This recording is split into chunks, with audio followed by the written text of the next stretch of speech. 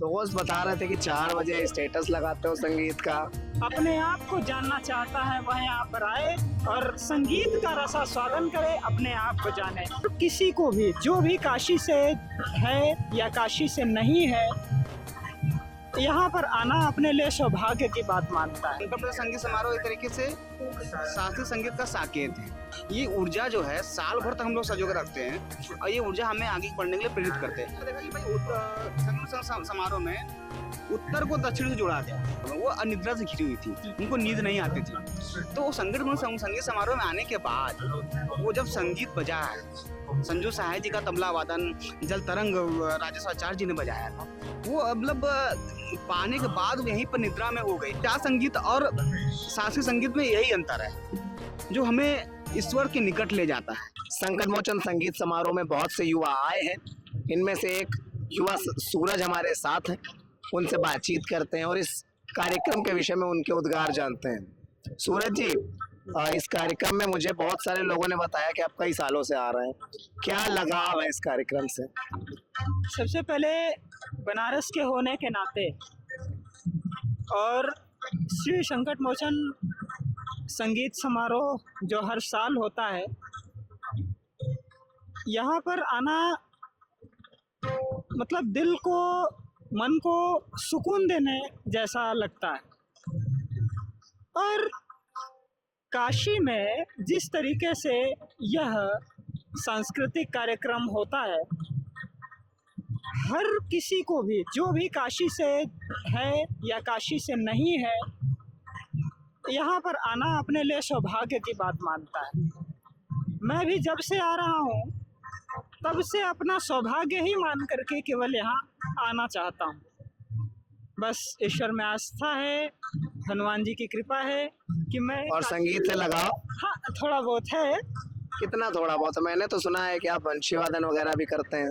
नहीं, वो मैं विद्यार्थी जीवन में सीखता था और आज भी सीख ही रहा हूँ। दोस्त बता रहे थे कि 4 बजे स्टेटस लगाते हो संगीत का।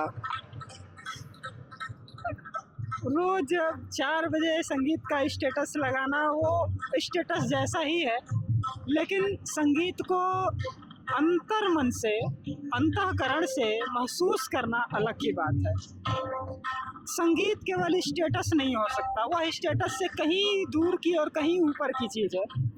तो इस संगीत समारोह में आना, अपने आप को, जो अपना बोध जानने का जो भी व्यक्ति इच्छुक है, अपने आप को जानना चाहता है, वह यहाँ पर आए और संगीत का रसा स्वादन करे, अपने आप को जाने।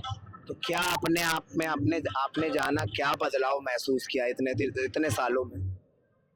बिल्कुल, जैसा कि आपको पता है कि संगीत एक योग है। यहाँ पर आने के बाद आपको एकाग्रता महसूस होगी। आप नहीं, आपको, दूसरों को होगी, अपना बताओ गुरु। ये मेरा ही अनुभव। वो तो 12 बजे तो सो के नहीं उठते हो सुबह? बिल्कुल उठता हूँ, क्योंकि मैं एक ऐसे पेशे से हूँ कि मुझे उसमें रात भर नौकरी करनी है, तो खुद 12 बजे सोकर उठना। लेकिन 12 बजे सोकर उठने को हम एकाग्रता से नहीं जोड़ सकते। एकाग्रता अलग की चित्त है, हाँ, और 12 बजे सो करके उठना अलग का चित्त है। तो दोनों। अच्छा, ये बताइए कौन कौन सी प्रस्तुतियाँ आपने यहाँ देखी बीते सालों में? कल कार्यक्रम हुआ, मालिनी अवस्थी जी थी, जो आपके जेहन में हमेशा से रह जाएंगी। जैसे कल हम लोग आए तो एक वाद्य यंत्र का नाम मैं भूल रहा हूँ, उसका वादन हम लोगों को इतना आकर्षित किया कि क्या ही कहने उसके। तो ऐसी कुछ प्रस्तुतियाँ आप बताइए। देखिए, हर बार जो प्रस्तुतियाँ होती हैं उसमें तबला वादन, वंशी वादन, मैंडोलिन और लगभग सभी शास्त्रीय संगीत के कार्यक्रम होते हैं। गायन और वादन दोनों होता है, नृत्य भी होता है, नाट्य की प्रस्तुति भी होती है। कल आप लोग देखे होंगे जयशंकर प्रसाद के कविताओं का मंचन भी हुआ यहाँ पर। तो पिछले वर्षों की अगर मैं बात करूं तो मैं जब से आ रहा हूं, अच्छा, मैं ये भी नहीं कह सकता कि मैं पंडित जसराज के ज़माने से आ रहा हूं, लेकिन हाँ, मैं जब से आ रहा हूं तब से एक अनुभूति लेने आता हूँ। मैं अब यह नहीं बता पाऊंगा कि किस संगीत को सुनने आता हूँ या विशेषतः किस हारमोनियम को सुनने आता हूँ कि बंसी को सुनने आता हूँ कि केवल थाप सुनने आता हूँ। नहीं, मैं जो कुछ भी यहाँ पर हो रहा है, मैं जब भी आ गया सबको एक ही भाव में सुनता हूँ। सारे वाद्य यंत्र आपके जीवन की ताल को विशेष बना देते हैं। हमारे साथ और भी युवा हैं, उनसे बात करेंगे और जानेंगे इस कार्यक्रम के बारे में। आपका भैया क्या नाम है और कब से आना हो रहा है? मैं रजनी चौरसिया, मैं यहाँ 20 साल से आ रहा हूँ। आपकी उम्र कितनी है गुरु? मेरी उम्र तो 28 साल है। तो यानी 8 साल की उम्र से आ रहे हो। 2006 से आ रहा हूँ। पहली बार कौन लाया था आपको? पहली बार मेरे मोहल्ले के एक अंकल थे, मैं उनके साथ आया था। वो भी संगीत में उनकी बेहद रुचि थी, तो उनके साथ मैं पहली बार आया था 20 साल पहले। उस समय गिरजा देवी गा रही थी। अच्छा, पहला प्रस्तुति हमने गिरजा देवी की सुनी। गिरजा देवी की प्रस्तुति पहली। और गिरजा देवी हमारे स्कूल के बगल में संगीत घराना भी रहा, तो गिरजा देवी का आना जाना रहा, निकटता से रहा, मालनी बस्ती से भी मिलना जुलना, तो संगीत के प्रति रुचि रही। मुझे समझ में आता है कि ये संकल्प संगीत समारोह एक तरीके से शास्त्रीय संगीत का साकेत है। एक तरीके से वहाँ आने जैसे जो बातें अयोध्या में जाने पर अनुभूति होती है, वो अनुभूति हमें संकट में संगीत समारोह में होनी होती है।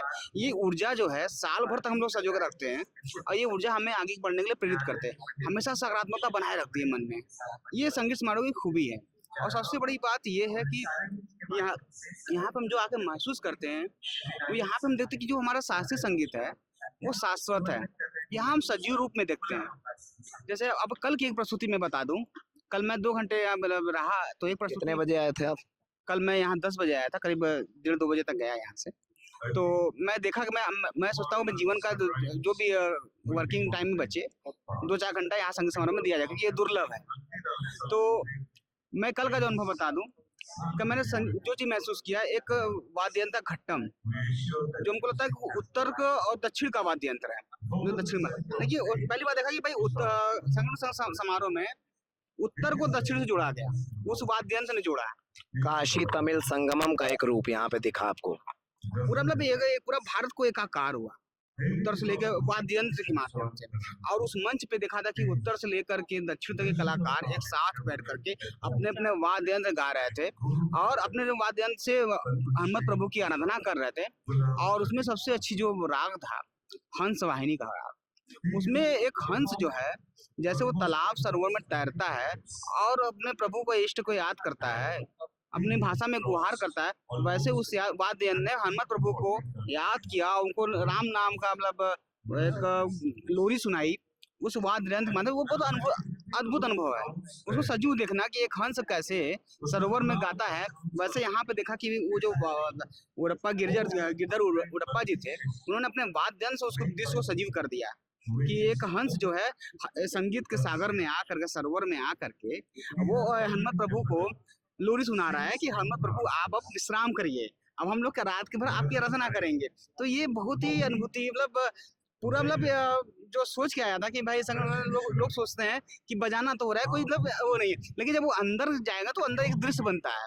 वो दृश्य जो है बहुत अद्भुत होता है, जो हमें कभी भी निराशा में नहीं ढकेलता है, हमें प्रकृति से जोड़ता है, हमको शास्त्र से जोड़ता है, हमको शास्त्रीय बनाता है। हम मानव हैं, हमारे अंदर मानव संवेदनाओं को शास्त्रीय संवेदनाओं में परिवर्तित करता है। अच्छा गुरु, ये बताओ कि ये जो दर्शक हमें देख रहे हैं, उनको इस संगीत समारोह में आने के लिए कोई वो सजेस्ट करो। आपने बहुत सारी अच्छी अच्छी चीजें बताई, लेकिन कोई कलकत्ता यूपी के दर्शक हमें देख रहे हैं 75 जिलों से, तो इस समारोह में वो क्यों आए? मैं अपना एक अनुभव बता देता हूँ। जब मैं 2012 की बात है, एक हमारा मित्र था, उसके पिताजी एप्पल में काम करते थे। एप्पल में? तो उनका मतलब उनको कंपनी ने बुला लिया अपने कार्यालय में। तो उनकी जो पत्नी थी वो अवसाद से गिर गई कि पति दूर चले गए, तो अवसाद में आ गए। तो एक मोहल्ले के संगीत घराने के लोग थे, तो वो ऐसे ही करते थे कि डॉक्टर इलाज करता रहा, तो कोई असर नहीं हुआ था, उनको अवसाद कम नहीं हो रहा था। तो कुछ लोगों ने बताया कि संगीत थेरेपी कराओ। तो संगीत थेरेपी बनारस में अवेलेबल नहीं था 10 साल पहले 15 साल पहले। तो किसी ने सुझाव दिया कि भाई संगीत तो सुनना है, सुनना चाहिए ध्यान से, और शास्त्रीय संगीत सुनना है, मोबाइल से सुनना नहीं है। हमको टेलीकास्ट जैसे तबले का रिदम निकले तो वो सीधे हमारे पास कान में प्रवेश करे, थेरेपी का मतलब ये हो। तो उनको लोगों ने लेकर आया था संगीत संगीत समारोह में, वो अनिद्रा से घिरी हुई थी, उनको नींद नहीं आती थी। तो संगीत समारोह में आने के बाद वो जब संगीत बजा है, संजू सहाय जी का तबला वादन, जल तरंग राजेश आचार्य जी ने बजाया था, वो मतलब पाने के बाद यहीं पर निद्रा में हो गई। आप देखते होंगे कि इतने सारे दर्शक होंगे जो संगीत सुनते सुनते सो जाते हैं। तो मैंने उनसे जब मैं बात किया था तो उन्होंने कहा कि हमको तो उस दिन राम रसायन मिल गया। मतलब एक राम रसायन जैसे सेरोटोनिन होता है हमारा शरीर में होता है, जो हमें निद्रा लाती है। तो उसको अगर हम राम रसायन, उन्होंने कहा कि राम रसायन था वो जो स्रावित हुआ। तो संगीत हमें बीमारियों से बचाता है, मतलब हमको मानसिक रूप से कितना मजबूत करता है। हमारी समस्या, मतलब इतनी बड़ी समस्या को उन्होंने घिरी थी, उसका समाधान संगीत से निकला। तो ये जो निद्रा से घिरी हुई थी वो निद्रा उन्हें आई। तो और जो उन्होंने बताया वो, तो मैं संगीत के करीब और पहुंच गया। यार संगीत तो क्या अद्भुत चीजों को महसूस करना चाहिए, तो बाकी लोगों को भी महसूस करना चाहिए। पश्चात संगीत और शास्त्रीय संगीत में यही अंतर है, जो हमें ईश्वर के निकट ले जाता है, जो हमें प्रकृति से जोड़ता है। जैसे हंस गा रहा है, ये हमको पश्चात में नहीं मिलेगा, ये हमको शास्त्रीय संगीत में मिलेगा। कोई विरह से गा रही है नायिका, तो ये पश्चात में नहीं होगा, और इसमें शास्त्रीय संगीत में वो सजीव दिखेगा। और सबसे बड़ी बात ये बता दो, पाश्चात्य संगीत और शास्त्रीय संगीत में, पाश्चात्य संगीत ये होता है कि आदमी को सोने नहीं देता है, और शास्त्रीय संगीत आदमी को नींद दिला देता है। तो ये सबसे बड़ा अंतर है। ये विश्राम, जैसे हम प्रभु विश्राम करते हैं शास्त्रीय संगीत सुन करके, वही डीजे बजा दिया जाए, पाश्चात्य संगीत माइकल जैक्सन का कोई नृत्य लगा दिया जाए, तो आदमी का नींद उखड़ जाता है। तो ये मृदुल है, एक तरीके से ये हंस का ये मृदुल स्वर है शास्त्रीय संगीत। बहुत बहुत धन्यवाद रजनीश। तो आपने इस कार्यक्रम की विशेषता देखी, आप यूपी के जिस भी जिले से हमें देख रहे हैं, कमेंट सेक्शन में बताइए क्या आपको इससे सीख मिली और क्या अगली बार आप इस कार्यक्रम में आना चाहेंगे। बहुत बहुत धन्यवाद।